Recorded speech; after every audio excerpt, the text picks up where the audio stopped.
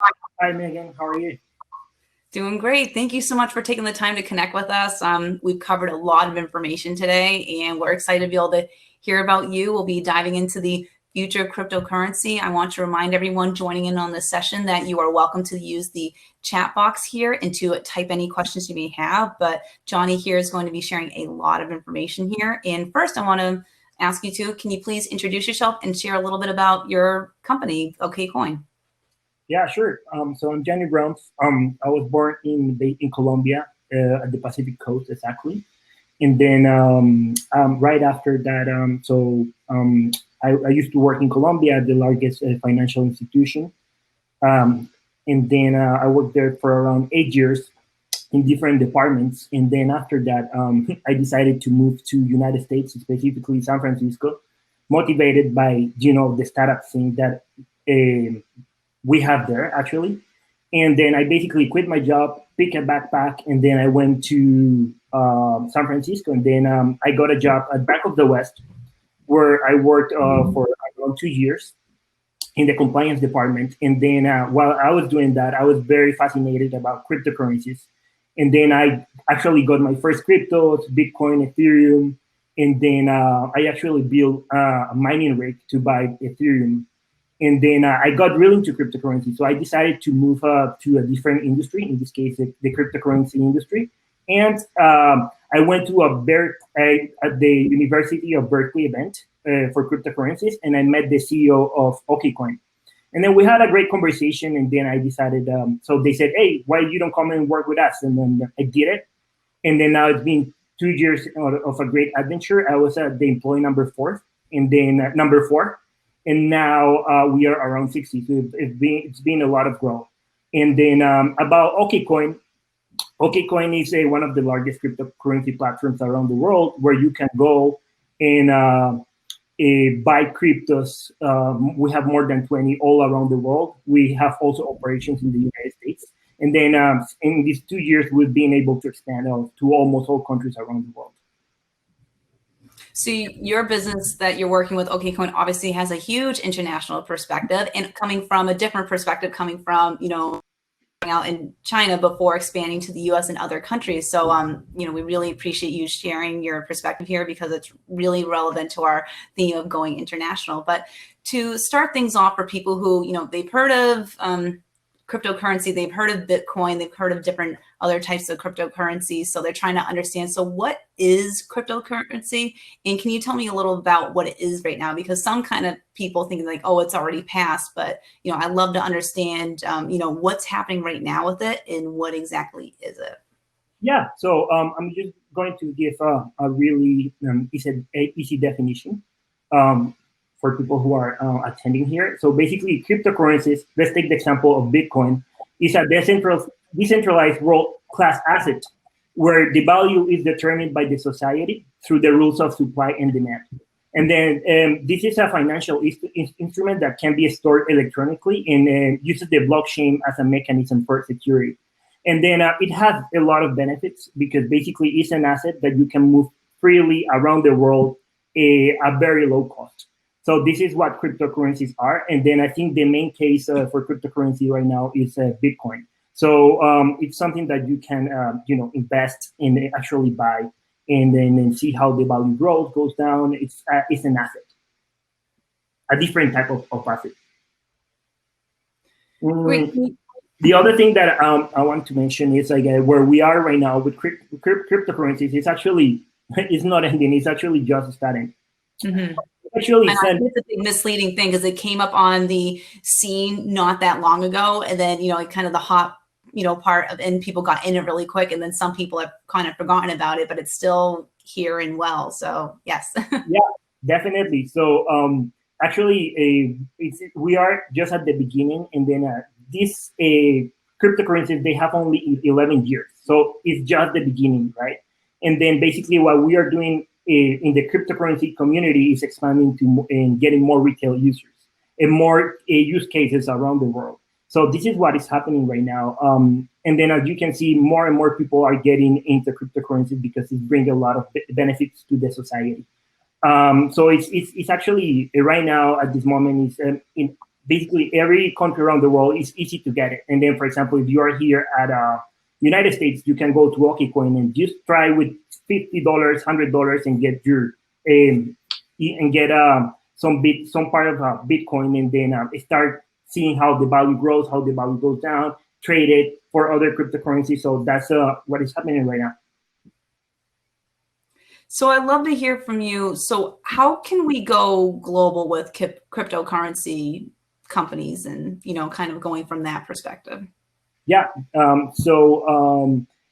This is a very interesting thing because actually the concept of cryptocurrencies is global itself, because it's an asset that is created to be moved around the world freely and easy and at really low cost. And then in the case of OKCoin, we are an exchange where you can go with dollars or euros or any other type of fiat currency and buy cryptos. And then we operate in different environments, in different countries, different jurisdictions. So what we have found is that even though the characteristics of these cryptocurrencies are to work in a global environment, you need to adapt your platform to the different users across the world. And I'll give you a big example. So as you know, as I mentioned before, we started in China. OKCoin started in China, and it was more a platform that was working more for Asian users. So especially Chinese users. And then when the company decided to go global, basically the platform that we had in Asia, it wasn't not working perfectly for Western users, because we have actually a kind of different appetite for the interfaces or the UI that we work with. So if you can see in Asia, for example, you go to web pages and they are a little bit more packed. They have more ads, and then this is completely normal there. But if you go to the Western culture, you will see that we like more like things that are more simple and then not a lot of information. So those are things that you need to balance out and then like get to a middle point where you can reach both markets with just one platform. I mean, I loved how you touch on that, because aesthetics and usability and things like that for the experience, you know, is a huge factor when you come to go global, regardless of what industry you're in. And there are different cultural norms and different things that people kind of expect when they go to websites. And I know that, you know, you just touched on the big differences. So can you tell me the process about that OKCoin went from, you know, going from China to expanding, and how did they discover and made these changes of, you know, making multiple websites or things like that, or just having different interfaces for different audiences? I'd love to hear a little peek on that process. Yeah, I think this is actually, it's a lot of hard work in between different departments, compliance, product, legal, marketing, right? And then you need to understand first what are the different requirements that each jurisdiction has. So, for example, in the case of OKCoin or cryptocurrency platforms, there are different regulations around the world, and then you need to understand very well which regulations are around, for example, in Europe, in the United States, and then first make the tweaks for the users to use that and then be compliant. This is one of the most important things. The other thing is like you need to understand the personas, and then, for example, in our case, understand which payment channels do you have for different jurisdictions. I'll give you a big example. So, for example, in China, it's huge to have a WeChat Pay to make payments, right? But if you go to the Western, to United States, for example, what we use is credit cards, right? So those are things that you need to understand. And then I'm not going to go to China and put the credit card as a main way of payment, because it's not going to work. I need to understand that. Or if I go to Latin America, there are different payment methods that are widely used. Credit card is okay there, but there are others. Same with if you go to Africa, and then also if you go to a different countries in Asia. So it's really important to understand what are you trying to offer, what is your product, and then especially to know how users in different regions can do this. So you need to do some do some things that are will work for the locals in different jurisdictions. So that's very important. Definitely, especially if you want to really just kind of cater to that market and just expand the investment that you make for when you do expand in different markets. Correct. So it's I think it's very important to understand the different personas, and then even if you are, I think for example for OKCoin, what we are is like we are a trading platform, right? You can trade anywhere around the world using these world class assets, and then in this case cryptocurrencies. But we know that if we want to reach some users, we need to make changes in the UI, in terms of how we present the UI to them. Language is important, and then understand like what is going on in terms of regulations. Can you operate there? Can you not do it? And then be creative around that. That's very important. And then have a strong team that can understand a global perspective. So something I'm really proud about OKCoin is like we are people from all around the world. You can Asia, Africa, Europe, Latin America, United States, and then we have offices around the world, which is very useful. And then it helps us to cover like 24/7 the entire globe. Definitely. And as kind of going into what's happening with cryptocurrency, can you tell me what is trending right now? What's happening with it right now, and how are you seeing companies use it as a currency for their services and their products and things like that? Yes, what I would think on that part is like we have mainly two things. We have institutional users who are using this for many different purposes. So for example, just for trading and speculation, some of them. All others are using this cryptocurrency just to send some money abroad and make some payments. So this is a huge use cases that are happening right now. So and then you can see that people can move assets freely around the world and fast enough to make payments on time or do just pure speculations in sometimes through different exchanges. But the other part, and I think that this is actually where I'm working on, is the retail part. So what we're trying to do in the general industry right now is to have a bigger, or what we want to do is reach more retail users and make people understand that cryptocurrency is a very good instrument where you can store value, and then you safely, and then you can hold it yourself also, and then that you can exchange it for and pay with it. So, for example, you see things like stable coins right now, where you can see that one stable coin is equal to $1, and then so you can have your US dollars not necessarily stored in a bank, but you have a crypto stable coin that is equivalent to a US dollar, and then you can hold it electronically, and then you are the owner of that cryptocurrency. And then this is really helpful in countries, for example, like in Latin America, where you see that there are big inflation in different countries, and like people have assets and then they lose the value. But with cryptocurrency, they have an option to hold the value. So, for example, in countries like in Latin America, Africa, where this is happening, this is a huge case. And then through this way, we are reaching more retail users.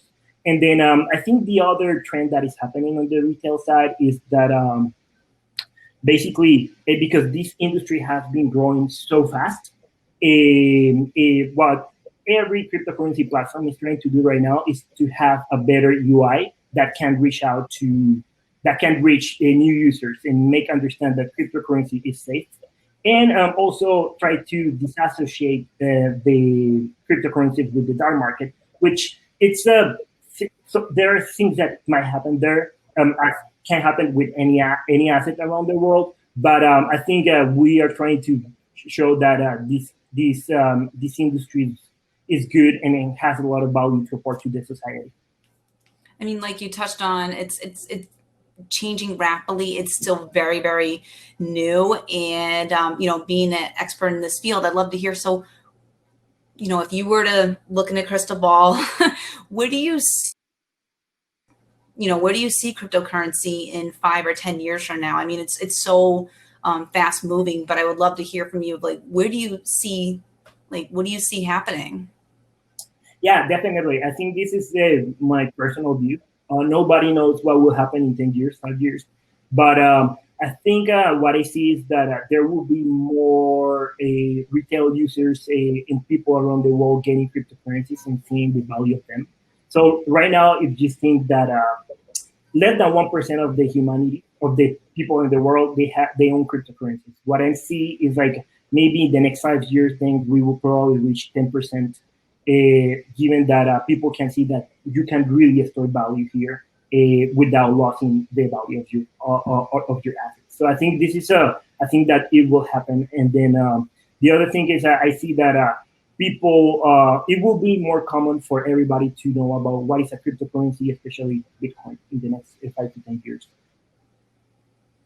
So for these changes and, obviously seeing this expanding, what do you recommend for businesses to prepare to offer, being able to accept cryptocurrency or things like that? How can we prepare, and, how can we decide that we need to take that step? Because it doesn't make sense for all businesses, but for some businesses, they should. Yeah, definitely. I always think that you need to use things that will give you some benefit, right? And then, for example, if you are going international and you need to make payments, so for example, cryptocurrency to other third-party providers, many of them around the world are accepting now cryptocurrencies. It's a very secure way to move your assets from a play from in a decentralized way. So I think this is a huge thing that I recommend companies to take a look around. And then actually, I think it's important for them to probably read a little bit and understand if the usage of cryptocurrencies can help their business. But I think especially that business that work internationally, it's important to take a look and see, for example, just for a simple case of doing payments, how that could help you, and then how fast this is. And then also you can see the cost associated with it. It's really cheap to send money with funds, sorry, in this case crypto, to around the world or to any place. So it will be worthwhile to explore and see if these adapt to your use case. So I would say I can tell without knowing a specific use case, because I don't think it will work for everything. But I think you need to understand how this works and then see the benefits of it.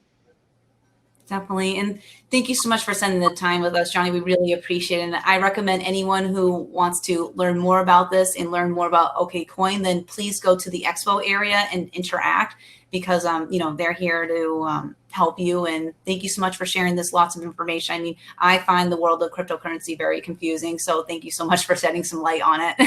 Yeah, no problem. And then, I think I invite you to, like, if you want to learn more, if you can buy $10, $20 in crypto and then read about it. I think this was just a conversation of 20 minutes, but I hope it helped to, understand a little bit what is cryptocurrencies and then what is happening around the world. And then also, like, if from our company, how was our experience of taking it global? Great. Well, thank you so much for sharing, and we appreciate it. And for everyone who is, ready for more information, again, you can go to the expo area for the booth to learn more and connect with any of the speakers and the companies and the partners that we have behind this amazing Trellis conference. And for the next session, please make sure to hop over into the sessions and dive into how multilingual stores is now easier than ever. We have a couple panelists on that, and we'll dive right into the next one. So thank you again, Jhanny, and see you all at the next session. Okay, thank you. Have a good one.